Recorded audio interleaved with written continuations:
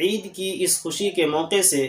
ہم اپنے رشتہ داروں میں سے ان احباب کے لیے دعائیں کریں جو اس دنیا سے جا چکے ہیں، کہ اللہ رب العالمین ان کے گناہوں کو معاف فرما دے،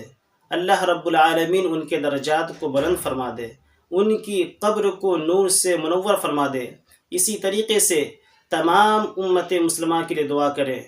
آج ہر جگہ مسلمانوں پر ظلم و ستم کے پہاڑ توڑے جا رہے ہیں، خاص طور سے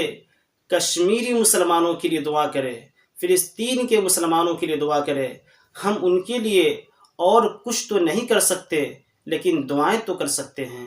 دعا کرنے پر تو پابندی نہیں ہے نا، ہم ان کے لیے خلوص دل سے دعا کریں کہ اللہ رب العالمین تو ہمارے ان مظلوم بھائیوں کی حفاظت فرما، ان مظلوم بھائیوں کو اعداء اسلام سے محفوظ رکھ، دشمنوں کے شر سے محفوظ